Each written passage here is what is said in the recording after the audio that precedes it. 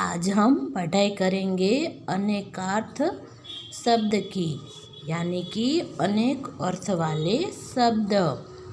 तो जो एक शब्द के एक से अधिक अर्थ होते हैं तो उसे अनेकार्थ शब्द कहते हैं। कोई एक शब्द होता है, उसके एक से ज़्यादा अर्थ होते हैं तो उसको अनेकार्थ शब्द कहते हैं। जैसे कि यहाँ पे कुछ शब्द और उसके ऊपर एक पिक्चर भी दिया गया है, तो एग्जाम्पल तौर पे हम देखेंगे।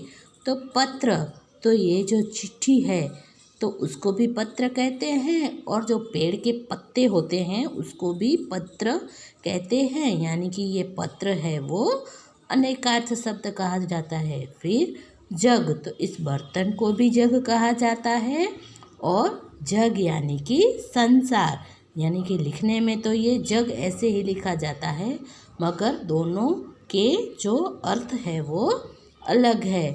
फिर हार, तो इसको भी हार कहा जाता है, और पराजय को भी हार कहा जाता है। तो ऐसे एक से अधिक अर्थ देने वाले शब्द को अनेकार्थ शब्द कहते हैं।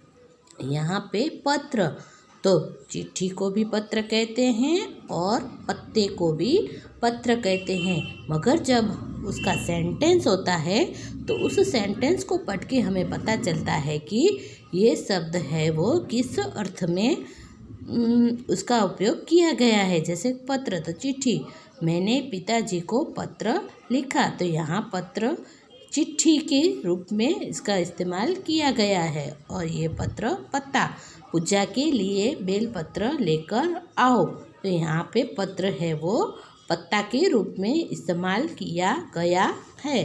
फिर दूसरा जग, यानी एक बर्तन को भी जग कहते हैं और संसार को भी जग कहते हैं। तो जग में पानी भर दो, तो ये एक बर्तन के रूप में जग शब्द का इस्तेमाल हुआ है। और संसार, मैं सारा जग घूमना चाहता हूँ, तो इसमें इस सेंटेंस में जग यानी कि संसार के बारे में कहा गया है। तो इस प्रकार से एक से अधिक अर्थ देने वाले शब्द को अनेकार्थ शब्द कहते हैं। तो मैं आपको जो ये अनेकार्थ शब्द भेजूंगी, इन शब्द को आपको आपकी हिंदी की जो नोटबुक है उसमें जो ग्रामर वाला पार्ट है उसमें ये शब्द, उसके अर्थ और ये सेंटेंस आपको लिखने भी है और याद भी करने हैं।